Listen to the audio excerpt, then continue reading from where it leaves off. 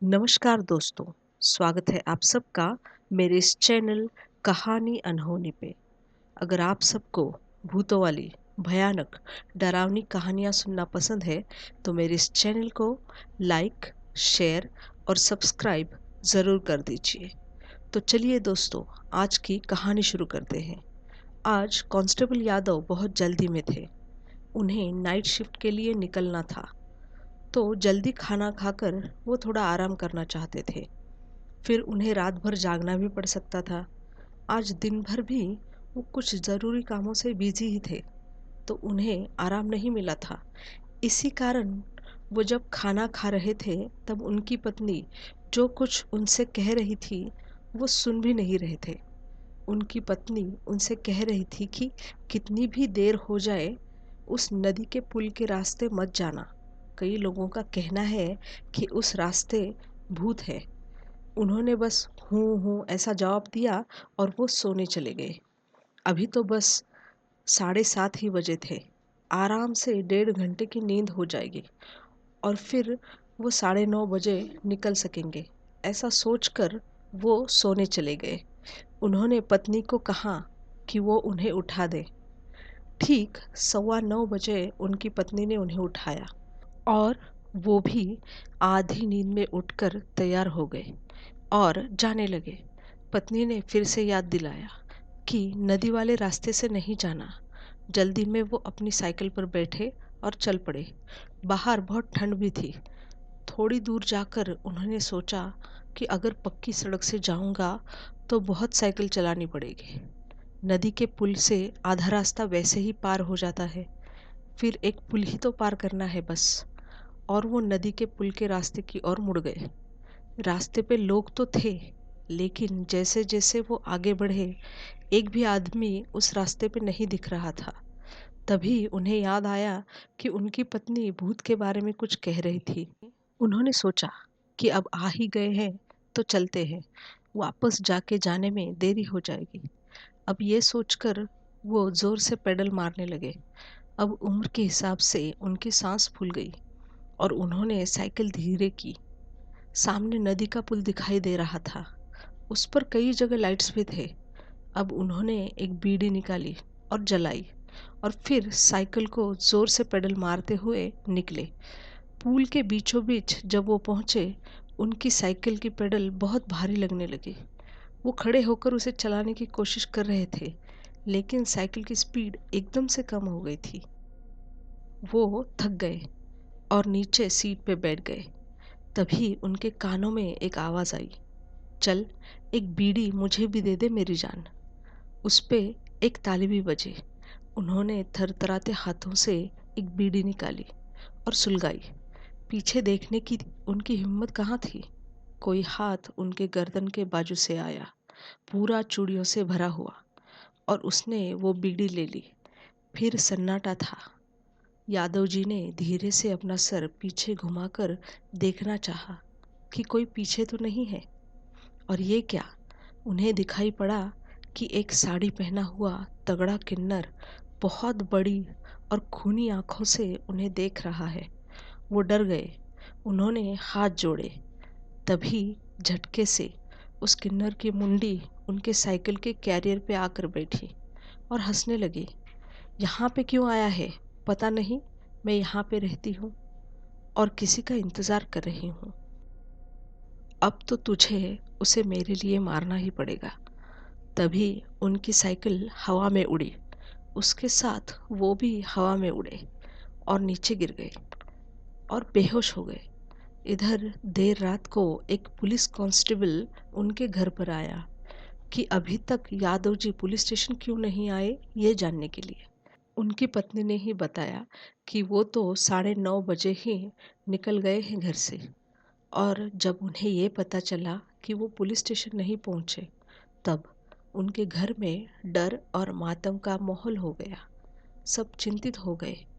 उनका बेटा जो कॉलेज में पढ़ता था, वो कांस्टेबल साहब के साथ पुलिस स्टेशन गया और वहाँ से इंस्पेक्टर साहब को लेकर सारे पुल के रास्ते पे छानबीन करने चले गए।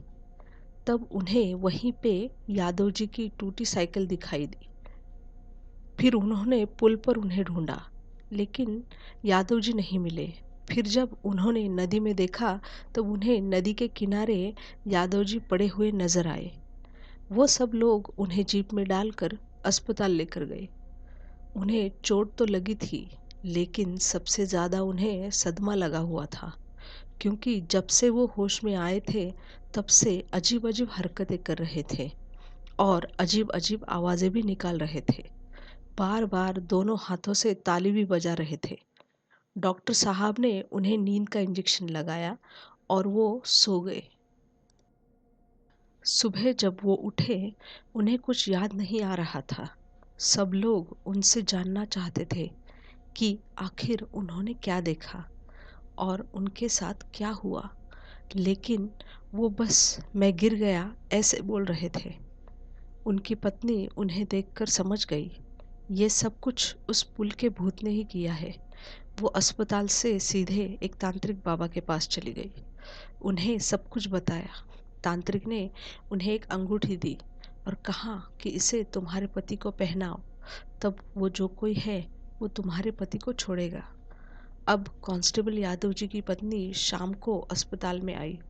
उन्होंने पति को खाना खिलाया और फिर वो उनसे बातें करने लगी। बातों बातों में वो बोली कि मैं तुम्हारे लिए प्रसाद लाई हूँ और तुम्हारी माँ ने ये रक्षा अंगूठी दी है, इसे पहनो तो तुम जल्दी ठीक हो जाओगे। और उन्होंने यादव जी की दाहिने हाथ की उंगली पकड़ी और वो उन्हें अंगूठी पहनाने ही वाली थी। तभी अचानक यादव जी की आंखें खूनी लाल हो गई और वो अलग आवाज में बोल पड़े, मेरे खिलाफ उस तांत्रिक से मिलके आई हो क्या? पहना अंगूठी, मैं देखती हूँ कैसे रोकता है मुझे। और यादव जी ने जोर से हंसते हुए खुद की ही उंगली मरोड़ डाली और वो जोर से चीख पड़े। उनकी पत्नी भी चीखी। उनकी आवाज़ सुनकर अस्पताल के नर्सेस और डॉक्टर्स वहाँ पे आए।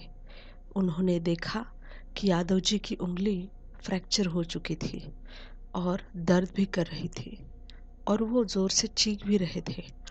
डॉक्टर्स ने उन्हें नींद का इंजेक्शन दिया और उन्हें सोनोग्राफी कराने लेके गए। उनकी उंगली को प्लास्टर लगा दिया। उनकी पत्नी की हालत भी खराब हो चुकी थी। उसे भी बड़ा सदमा लगा था कि ये कौन है मेरे पति के अंदर। अब मैं मेरे पति को कैसे बचाऊंगी? उसे कुछ समझ नहीं आ रहा था।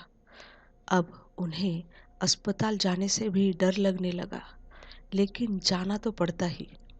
ऐसे ही 2 दिन बाद शाम को वो अपने पति के बाजू में बैठी हुई थी और यादव जी सोए हुए थे। तभी वहाँ पे इंस्पेक्टर साहब आए। जैसे ही इंस्पेक्टर साहब ने रूम के अंदर कदम रखा, तभी वहाँ की लाइट थोड़ी चमकी।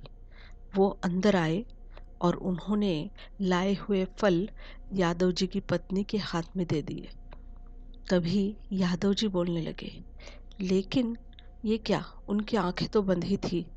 इंस्पेक्टर साहब उनके नज़दीक गए और उनके चेहरे के पास थोड़ा झुककर कुछ बोलना ही चाह रहे थे, लेकिन उनकी आंखें बंद थी। उन्होंने यादव जी की पत्नी की तरफ देखा। वो डरी हुई दिखी। तभी अचानक यादव जी बोल उठे, आया तू, भ्रष्टाचारी और खूनी है तू। मुझे मारने वाले का साथ दिया था ना तूने, अब नहीं बचेगा। और यादव जी ने उनका गला पकड़ा और उसमें इतना जोर था कि इंस्पेक्टर साहब का दम घुटने लगा। वो दोनों हाथों से अपना गला छुड़ाने की कोशिश करने लगे। यादव जी की पत्नी एकदम डर कर शॉक में उन्हें देखती ही रह गई। अचानक उन्हें होश आया और वो चीख पड़ी। 2 नर्सेस और वार्ड बॉय भागते हुए अंदर आए और उन्होंने इंस्पेक्टर साहब को छुड़ाया। अभी तक यादव जी की आंखें बंद ही थी, लेकिन वो डरावनी आवाज में बोल रहे थे, मैं नहीं छोड़ूंगी तुम सबको। उसे भी इत्तला कर दे कि मैं वापस आई हूँ उसे खत्म करने। यादव जी का बेटा नरेश रात में वहीं पे सोने को आता था, लेकिन वो बाहर एक बेंच था, उस पे ही सो जाता, क्योंकि वहाँ पे जो टीवी था उस पर रात में वार्ड बॉयज कोई फिल्म चलाते और देखते रहते, इसीलिए नरेश भी टीवी देखते देखते वहीं पे सो जाता। आज भी वो ऐसे ही फिल्म देखकर सोने लगा। उसे तभी बाथरूम जाना था। वो यादव जी के रूम में आया, लेकिन पिताजी बिस्तर पर नहीं दिखे। उसे लगा कि वो बाथरूम गए होंगे, इसीलिए वो बाहर चला गया। वैसे तो बाहर लाइट्स थे, लेकिन बाहर कोई नहीं था। वो अस्पताल के पीछे चला गया। वहाँ उसने एक जगह चुनी और वो इधर उधर देखने लगा कि कोई उसे देख तो नहीं रहा है। तभी उसे एक खिड़की से कोई बाहर कूदा ऐसा दिखाई दिया। उसने ध्यान से देखने की कोशिश की तो उसे पता चला कि वो तो पिताजी है। वो देखता ही रह गया। वो उनके पीछे भागा, लेकिन वो स्पाइडरमैन की तरह ऊंची दीवार चढ़कर कूद कर निकल गए। अब उसके होश ठिकाने नहीं रहे। वो भागता हुआ पिताजी के रूम में आया। देखा वो वहाँ पे नहीं थे। वैसे ही भागता हुआ वो वार्ड बॉय के पास गया और उन्हें बताया कि पिताजी अभी अभी भाग गए हैं। सारे लोग भागते हुए पुलिस स्टेशन पहुंचे। वहाँ पुलिस इंस्पेक्टर गर्दन को पट्टा लगाकर बैठे हुए थे। जब उन्हें पता लगा कि यादव जी भाग गए हैं, वो तुरंत राजा जी की हवेली की तरफ निकल पड़े। पूरी पुलिस फोर्स थी उनके साथ। यादव जी के बेटे को समझ नहीं आ रहा था कि इंस्पेक्टर साहब नदी के पास जाना छोड़कर हवेली की तरफ क्यों गए होंगे। वो बस उनके साथ चला गया। हवेली पहुंचकर उन्होंने युवराज जी को जगाने को कहा तो चौकीदार बोला कि कैसे जगाऊं, ये कोई वक्त है। इंस्पेक्टर साहब बोले उनकी जान को खतरा है। अब चौकीदार ने अंदर खबर दी। राजा जी उठकर नीचे आए और पूछने लगे कि क्या बात है। इंस्पेक्टर साहब बोल पड़े कि शीला रानी आई हुई है उन्हें मारने। राजा जी ने विस्मित होकर पूछा कैसे, और तभी ऊपर के कमरे से युवराज जी को किसी ने नीचे फेंका। उनके शरीर पर मारने के निशान भी थे। सब लोग ऊपर की तरफ भागे, लेकिन कोई नहीं था उस रूम में। अब इंस्पेक्टर साहब सबको लेकर नदी के पुल पर आ गए। उन्होंने देखा कि पुल पर नदी के तरफ मुंह करके यादव जी बैठे हुए थे। इंस्पेक्टर साहब पुल के पार से ही जोर से बोले, ले लिया तुमने अपना बदला, अब यादव जी को छोड़ दो। उन्होंने कुछ नहीं बिगाड़ा है तुम्हारा। तभी उसने हाँ ऐसा कहा और कोई सफ़ेद साड़ी में एक साया नदी के अंदर उतरा और यादव जी बेहोश होकर नीचे रोड पर गिर गए। सब लोग उन्हें उठाकर अस्पताल पहुंचे। अब सबको पता चला कि नदी के पार जो ज़मीन थी वो शेरा रानी नाम के एक किन्नर की थी। उस ज़मीन को पाने के लिए युवराज जी ने उसे मारकर उसी पुल से नदी में फेंका था और उस केस में इंस्पेक्टर साहब ने उन्हें सज़ा से भी बचाया था। उसी का नतीजा था कि उस नदी के पुल पर वो किसी ऐसे का इंतज़ार कर रही थी जिसके सहारे वो युवराज को मार सके। तो दोस्तों, आज की कहानी आपको कैसी लगी ये मुझे कमेंट करके ज़रूर बताना। और हाँ, मेरी आने वाली कहानियाँ सुनने के लिए मुझे लाइक शेयर और सब्सक्राइब ज़रूर करना। धन्यवाद।